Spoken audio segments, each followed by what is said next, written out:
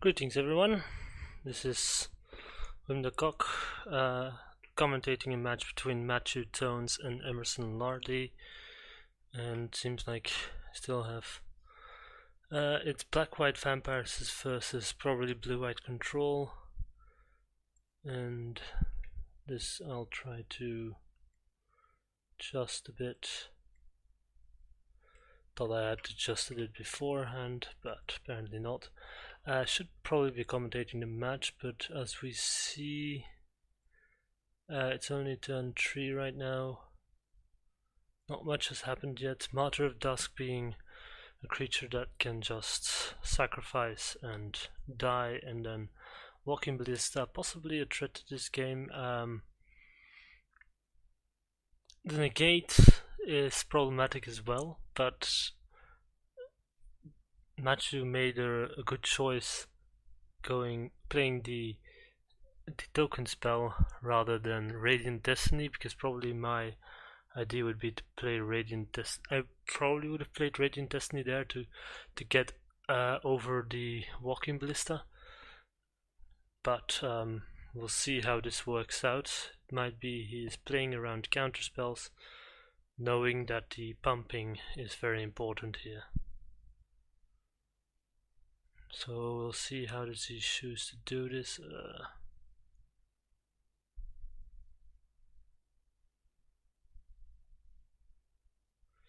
Does he play Radiant Destiny now? No, he goes for Call to the Feast. Now this is met with a disallow.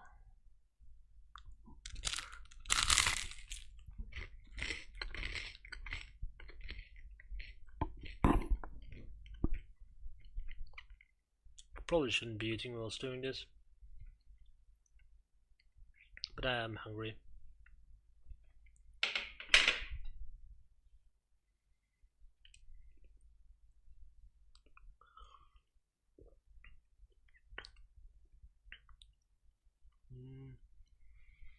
So Radiant Destiny now being played finally. It's going to bump up the Vampire. Second Radiant Destiny coming down, still no counterspell. So he has successfully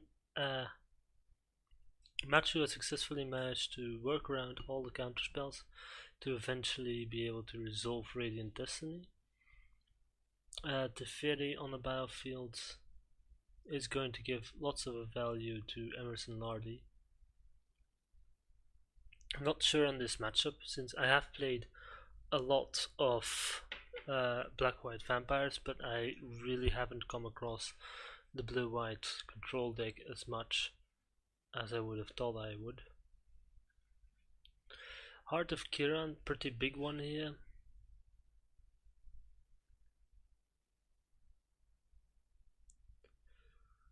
Cast Out, not going to be great in this situation. No, I mean Seal Away, not going to be great in this situation. Cast Out will probably do a lot.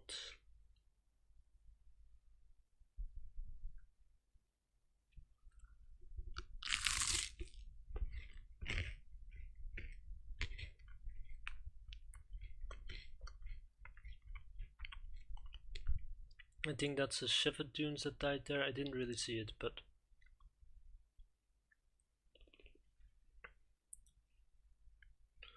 History of Benalia coming down, so this is definitely not the win-conless version of blue-white control, and I am actually liking the History of Benalia even in main deck. Now, will Vampire swing? Yes, Vampire is swinging down at Gideon. It's going to be double blocked.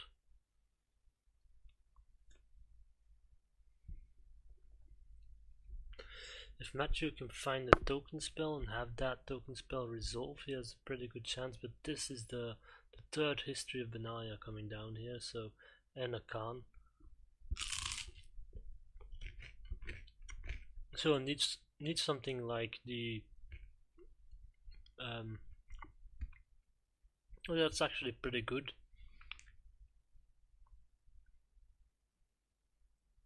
He has a 4 mana, a 4 power lifelinker, 4 power blocker. Yes, fatal push, seal away. He can if he chooses to block a lot of this stuff. Khan, on the other hand, is still going to be a problem.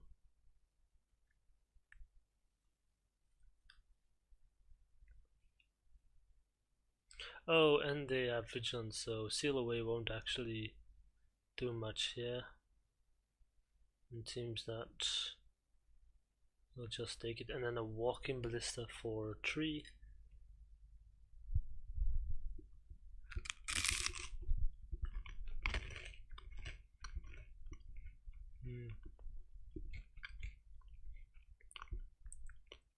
That fatal push not going to do too much for Matthew here.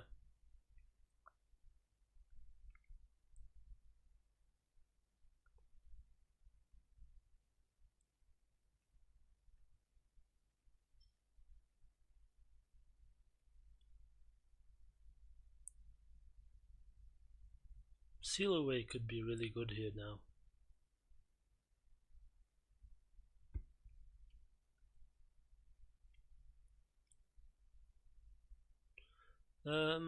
Do you fatal push the walking ballista here? I think you do. Walking ballista is going to be pumped.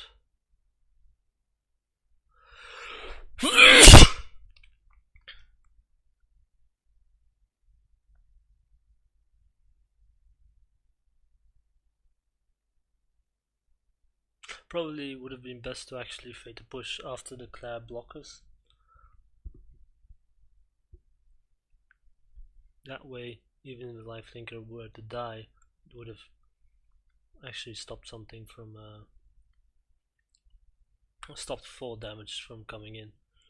Now the token spell here is a pretty big one. This means Matthew has 2 4/4s all of a sudden. 4/4 lifelinkers. So we'll see whether that's enough to turn the tide, or whether the Khan can go run away with the advantage. Yeah.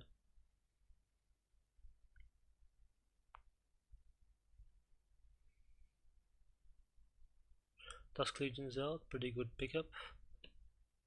And Call to the Feast. Call to the Feast is very big here.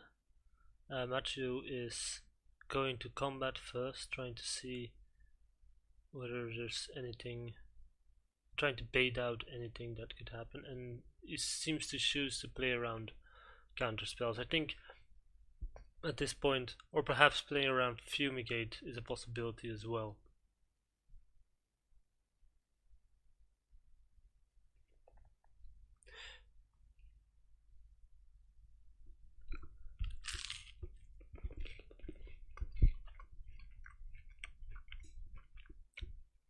I think you kind of just need to take a risk here, but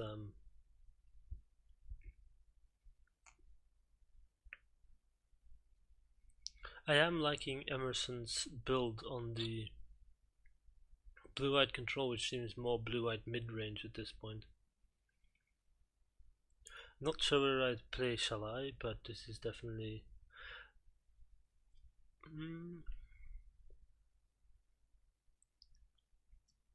okay, interesting choice here. Legion's Landing on its own is actually pretty good. This way he gets another 4/4 lifelinker. He can choose to just keep a Call to the Feast back in case of a Fumigate or a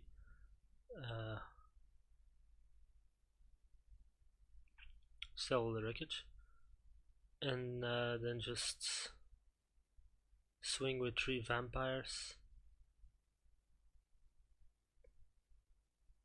to trigger Legion's Landing.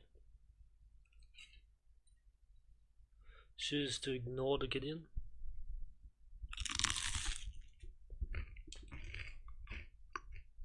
And concede. Interesting choice to concede there.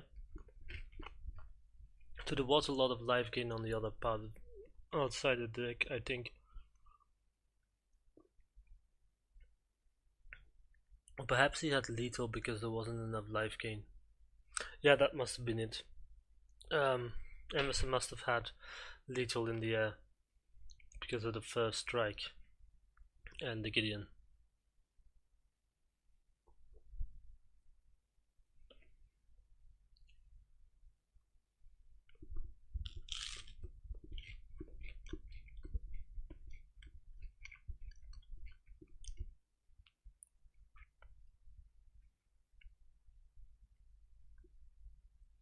Call to the feast coming down here, so that's 5 vampires.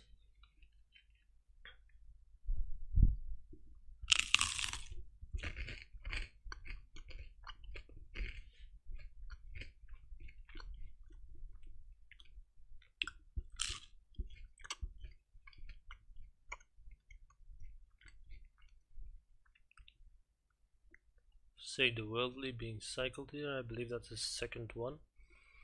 So those Radiant Destinies have a lot better chance of surviving now.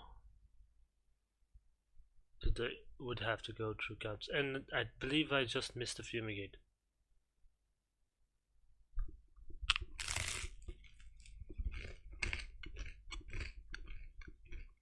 The Fumigate's a big one.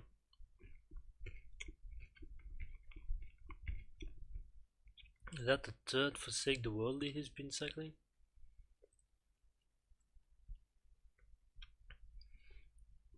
Gideon coming down for Emerson here.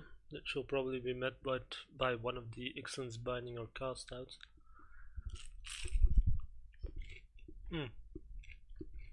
Choose to go for Agwal's Bloodfast instead to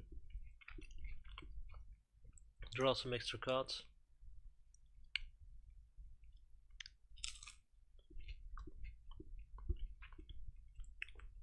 This is a pretty good opportunity to do that now.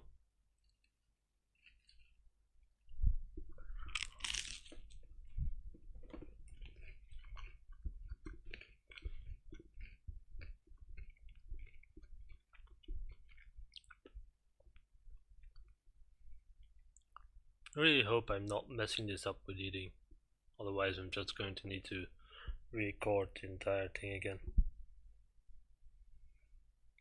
But fuck it, I'm fucking hungry. Gotta eat sometime, so I might as well do it whilst I'm recording this shit. Heart of Kiran Trigger taking a while. Heart of Kiran Crewing taking a while.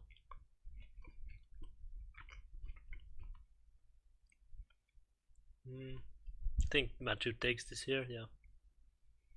History of Benalia, putting the pressure on.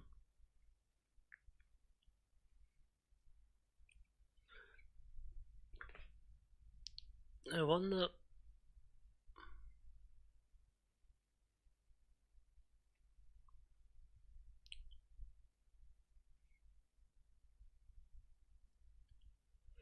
I think you Excellence Binding the History of Benalia here. But yeah, Disallow is going to take care of that, and he didn't leave up a black mana, which is somewhat of a punt. Because otherwise that would have given him another card.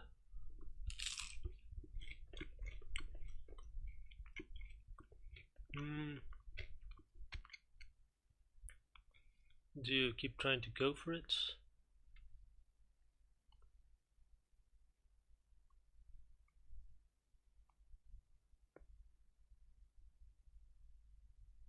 He's going for Cast Out this time.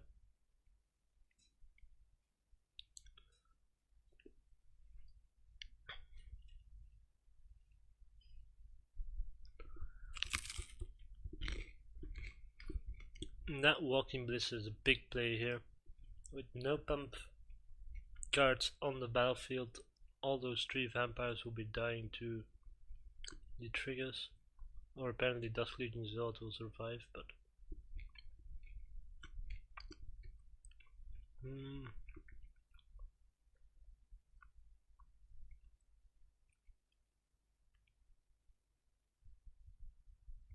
Has he played Rand this turn already? Because otherwise I think I might have just cast out. Or Excellence Bind. No, you can't Excellence Binding a Walking Ballista. But I think casting out a walking ballista here would have been a better choice than playing a Dusk Legion's out.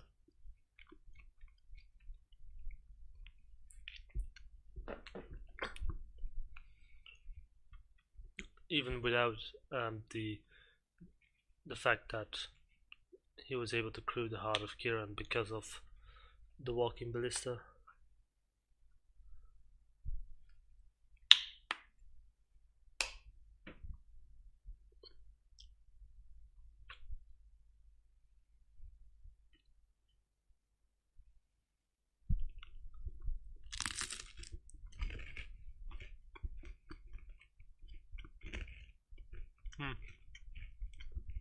The problem here is that it's lethal no matter what.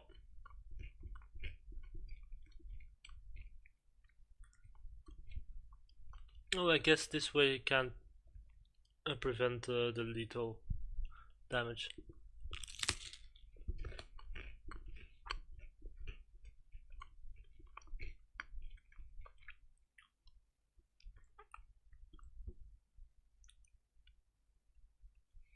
Flipping the Arguel's Bloodfast could work, but he's not finding a pump spell, so I think this is game. Yep. Emerson takes down standards 2-0.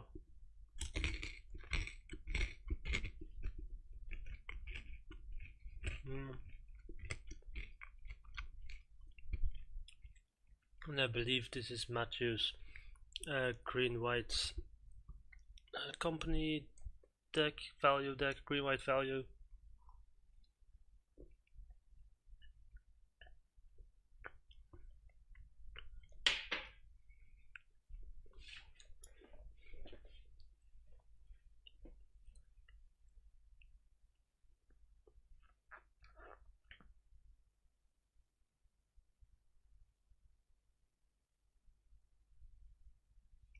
Interestingly, he'll be able to replay that Wooded Foothills unless Scavenging Ooze exiles it, so we'll see. And Emerson chooses to take down the value engine in Tireless Tracker.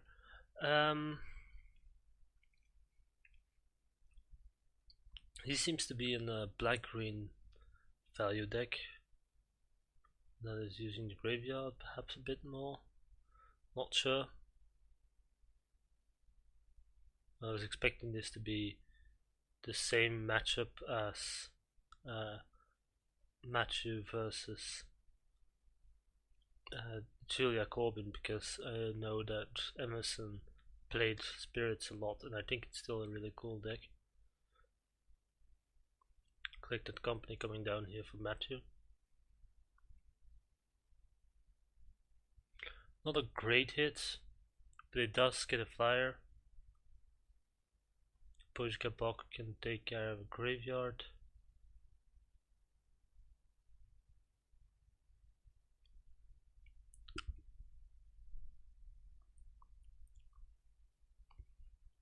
But he chooses to reuse Wooded Foothills, thinning out his deck and giving him basically 3 cards that way. Interestingly, Scavenging Ooze has now used up his green mana to exile a card, and that's why Eternal Witness can come down and get back that Collected Company. So I kinda missed why Scavenging Ooze exiled something, but it was a big difference that Eternal Witness was able to get back that Collected Company. I think if Eternal Witness had been played and then Scavenging Ooze would have exiled whatever it targeted, that would have made a big difference. Or unless it's not a targeted trigger, that could be as well. Could be the case.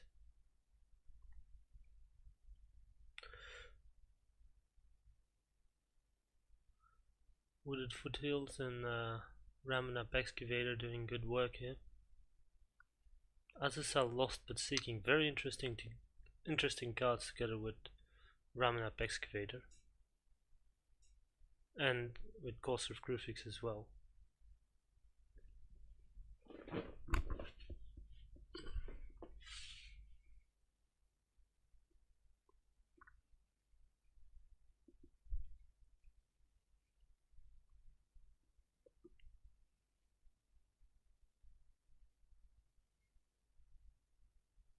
but it seems that Matthew is going to hold up the collected company.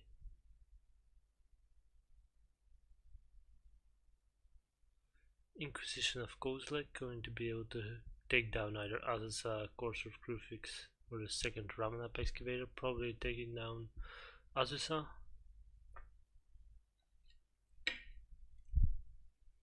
Yes.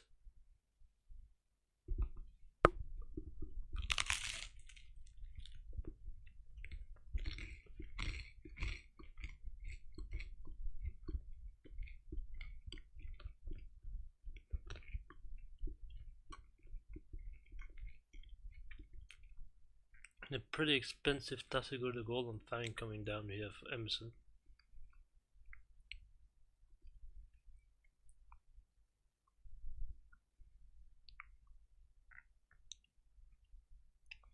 Scavenging is exile in the graveyard.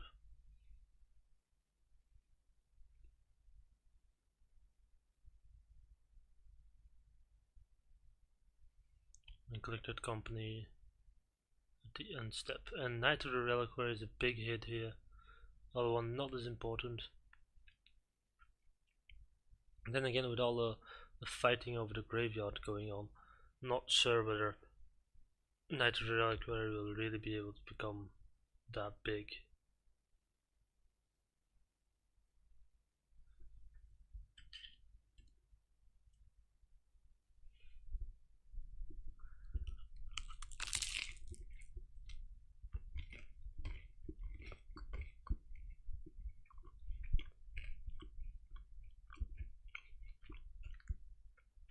Being able to fetch up that Cavaney Township though is a very important part of the equation here. Scavenging is getting frisky. Emerson chooses a double block and Cavaney Township is activated.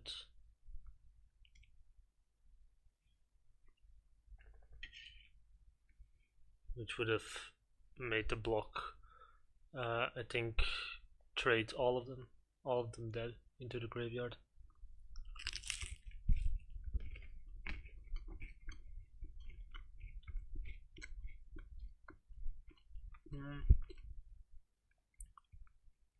Voice of Resurgence, pretty good draw here, and the ramping is going on. Collected company in hand is pretty important. We'll see whether or not that gets thought seized or taken out of the hand somehow. Collective Brutality, for example.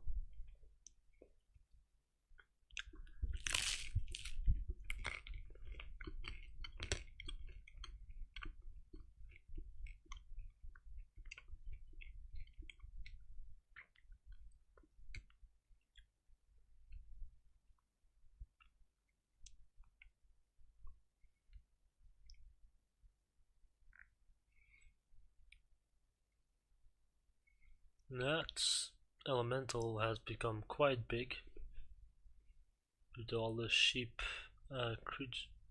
mana creatures.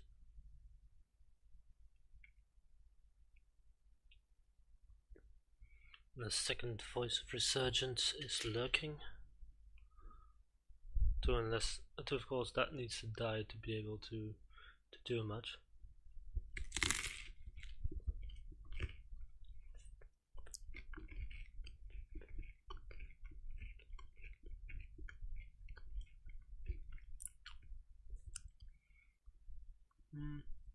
Pushkabok exiling the graveyard is pretty handy because that will keep Tassigur or something similar from delving into the graveyard and being cast for cheaper costs.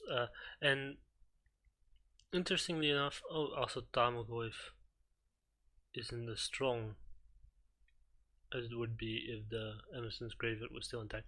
Interesting thing now is that actually the -2/-2 on ability on the -2/-2 ability on the collective brutality is actually proving to be somewhat problematic here for Emerson, and it would have probably been better to do that on one of the mana dogs, interestingly enough.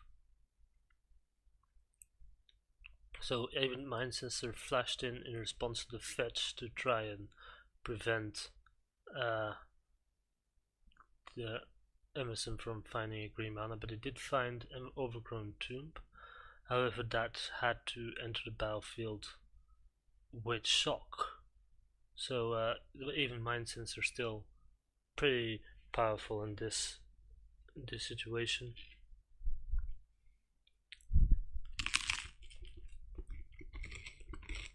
So Matthew Jones takes down, I think, Modern 2-0.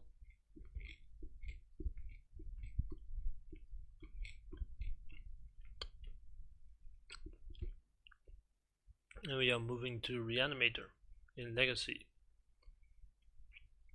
versus what is probably going to be 4-color Delver.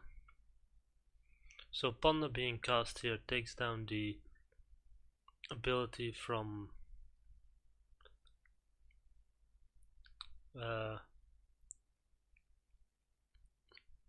Chancellor of Annex, which is important because that would have stopped the Force of Will from being cast. Now we see 2 Force of Wills here and Brainstorm. So probably one of those Force of Wills is down now, and this Animate Dead will force a second Force of Will, so we've got a Dead Right Shaman in hand now with a